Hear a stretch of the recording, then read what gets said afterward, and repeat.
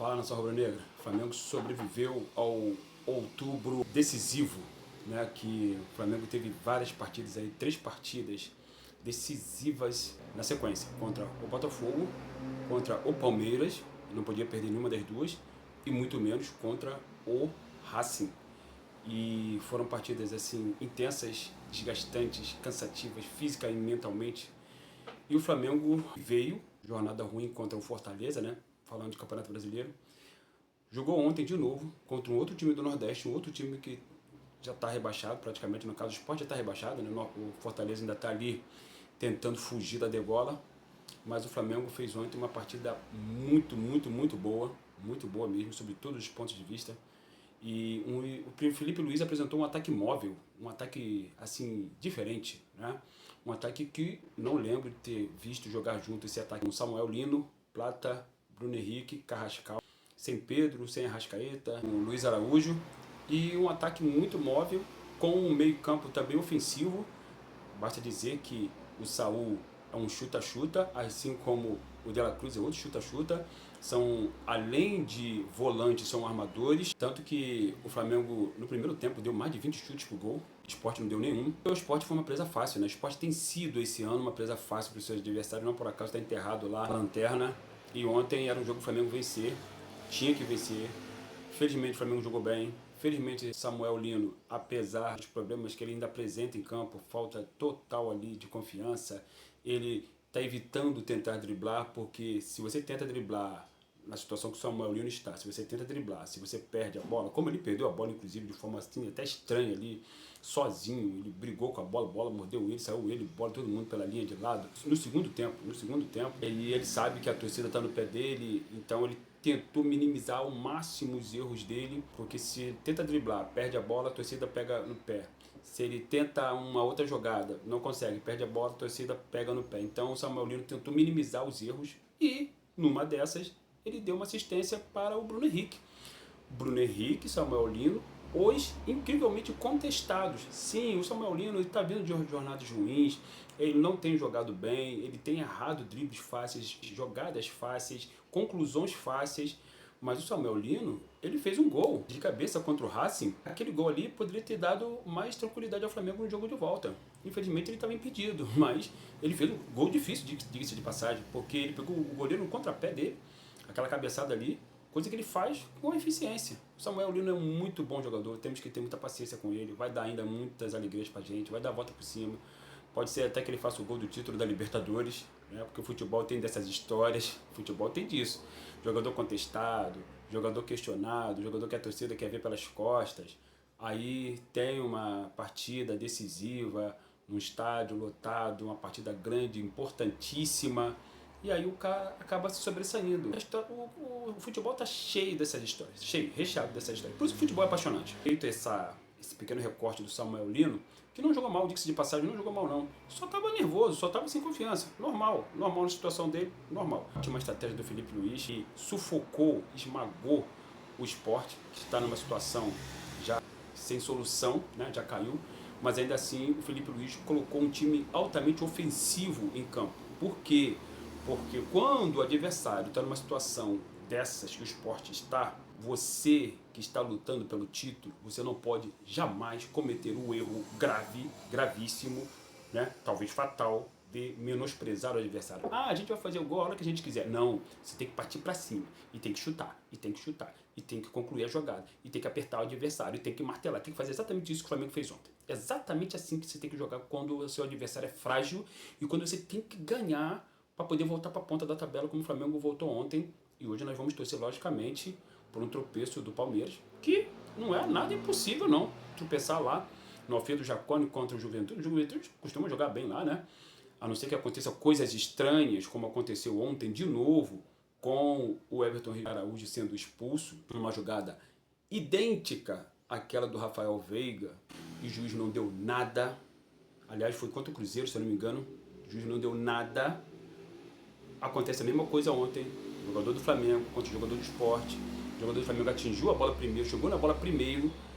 É natural ali, o cara tá fazendo o movimento com a perna direita. Qualquer pessoa que joga bola, como nós, eu jogo bola, qualquer pessoa que joga bola sabe disso, que isso acontece. O O cara não quer fazer a falta. Ah, mas sem querer também é falta. Assim, aquela falta que o jogador do Palmeiras fez sem querer, supostamente sem querer, no São Paulo, é pênalti. Não foi dado por quê? Ah, Jorge, você está chorando? Não, não é chorando de perdedor, porque ontem o Flamengo ganhou. Estamos falando de coisas estranhas que têm acontecido nesse campeonato brasileiro e que tem muitas das vezes beneficiado o Palmeiras. Não é por acaso. E o Flamengo ficou de novo com um a menos. Aliás, pela segunda vez seguida, com um a menos. Temos que prestar atenção nisso. Não podemos nos dar ao luxo de perder um jogador na final da Libertadores, de forma nenhuma, porque por mais que a Libertadores seja apitada por um juiz fora do Brasil, as influências acontecem da mesma forma, não tenho dúvidas disso. Então, não podemos nos dar esse luxo. E ontem foi estranho aquela expulsão ali do Everton Araújo, muito estranha, para dizer o mínimo, muito estranha. Mas tudo bem, o Flamengo ainda assim ganhou. Bruno Henrique quase faz um hat-trick. Jogou bem Bruno Henrique, mostrando aquilo que eu tinha falado no vídeo anterior. Bruno Henrique é muito útil ao Flamengo. Bruno Henrique jogou de centroavante, entre aspas, porque o Bruno Henrique não ficou parado ali esperando a bola chegar na posição do centroavante, ali tentando fazer o pivô, como o Pedro faz normalmente, porque essa é a característica do Pedro. Não, o Bruno Henrique se movimentou ali por diversos lugares do ataque. Carrascal jogou muita bola, em pouquíssimo tempo que ele ficou em campo, infelizmente ele se machucou ali sozinho, teve uma contusão ali. Carrascal joga muita bola, Carrascal já é titular absoluto desse time, diga-se de passagem.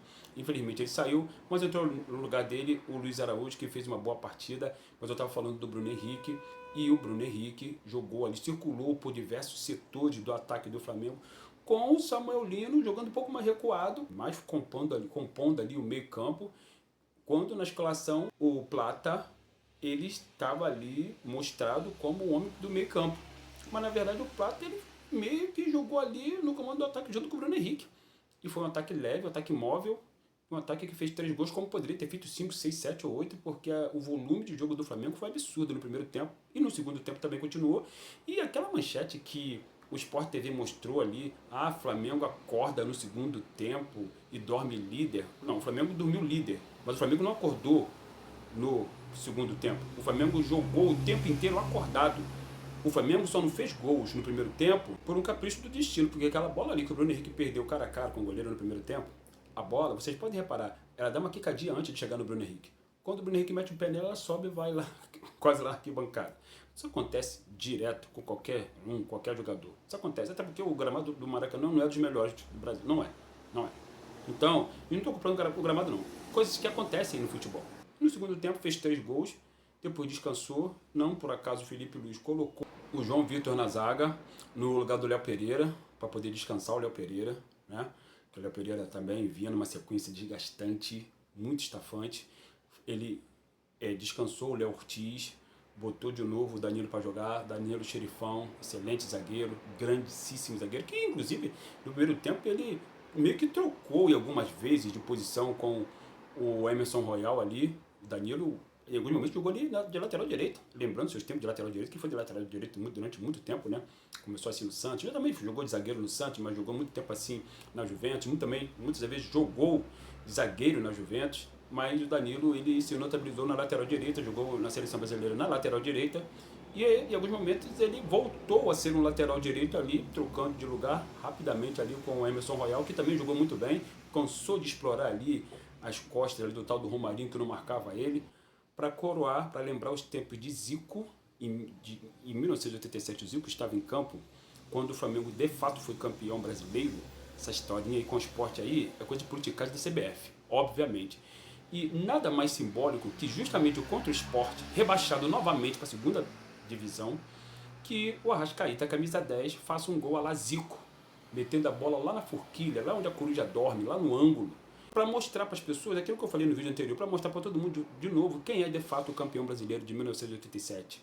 Então o Flamengo sim é octacampeão brasileiro e agora está lutando de novo mais um título do brasileiro, enquanto que o Sport, como sempre, irrelevante no cenário nacional. Vamos falar a verdade, essa coisa aí de dizer que Flamengo e Sport tem uma rivalidade. O Flamengo não tem rivalidade nenhuma com o Sport não, cara. O Sport que tem rivalidade com o Flamengo. O Sport é que é neurótico com o Flamengo, como o Atlético Mineiro é neurótico com o Flamengo. O Flamengo não tem conhecimento desses caras, não. Desculpa, o Flamengo tem o Sport no cenário nacional, e o Sport é irrelevante. O Sport ele só é lembrado dessa questão de 87, porque o Sport ele estava na Série B junto com o Guarani de Campinas e eles jogaram um jogo que não era para acontecer porque o regulamento foi mudado no meio do campeonato, aquele campeonato que foi feito pelo Clube dos 13, e a CBF resolveu intervir ali por razões políticas, para atender anseios do Nordeste, dos dirigentes políticos do Nordeste.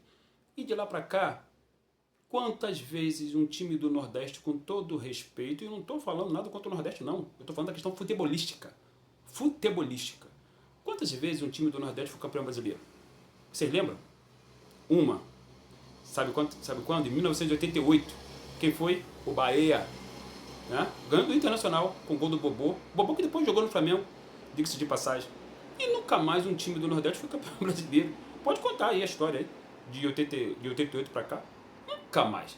Então, a questão é que essa relação esporte, CBF, Flamengo e Copa de 87, Taça das Bolinhas, isso aí é politicagem pura.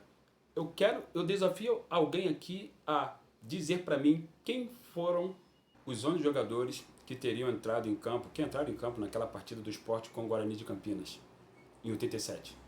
Da mesma forma que eu desafio aqui as pessoas a de lembrarem, e é fácil de lembrar, os jogadores que entraram em campo em 1987 do Flamengo contra o Internacional, o Inter de Porto Alegre. Né? O Inter que tinha um tal de Aloísio lá, um zagueiraço Aloísio.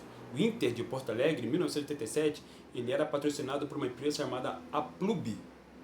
Eu lembro disso. O Internacional de 87 era um timaço. E tinha o Tafarel, né? El Saqueçua Tafarel, como cantou recentemente aí. Quando o Tafarel foi jogar lá no Atlético Mineiro, a torcida do Atlético. Né? Então, o Flamengo era o Zé Carlos no gol, Jorginho na lateral direita, Leandro na zaga central, Edinho na quarta zaga, na lateral esquerda você tinha o Leonardo, no meio campo você tinha o Ailton, Andrade, Zico, na frente você tinha o Alcindo, o Renato e o Bebeto. Simples assim, sem estresse. Olha que facilidade que a gente lembra da escalação do Flamengo, campeão brasileiro de 1987. Fácil, fácil, muito fácil. Então, galera, sem estresse com essa questão, estamos na liderança. O Felipe Luiz, de novo, mostrou que é um cara que tem repertório. Como eu falei no último vídeo, o Felipe Luiz tem repertório. Esse time que entrou em campo ontem, ele quase nunca jogou junto. E ninguém falou sobre isso, que esse time quase nunca jogou junto. Sabe por quê? Porque ganhou de 3-0, ganhou amassando o adversário. Se tivesse empatado ou perdido, aí iam criticar o Felipe Luiz e dizer, mas esse time nunca jogou junto, Felipe Luiz, como que você escala esse time? E um bando de adestrados, pelos adestradores de plateia digitais, iriam repetir como papagaio de pirata esta falácia. Né? Esta falácia. Mas como o Flamengo ganhou, tá tranquilo, tá tudo bem, tá tudo favorável. Mas sabe por que ganhou? Porque esse time treina junto. Os caras se conhecem juntos. Os caras se entendem. Os caras conversam. Os caras se olham. E o técnico sabe muito bem quais são os jogadores que ele tem nas mãos e quais que ele pode colocar e como cada um deles pôde ontem contribuir para uma exibição de gala daquela que foi ontem. Ah, mas o Sport é um time fraco. Meu amigo, é contra um time fraco que você tem que demonstrar sua força mesmo. Você tem que atropelar o adversário. Dado o recado, deixa o like de vocês, compartilhe esse vídeo, se inscreva no canal, ative o sininho de notificações. Isso aqui é Flamengo.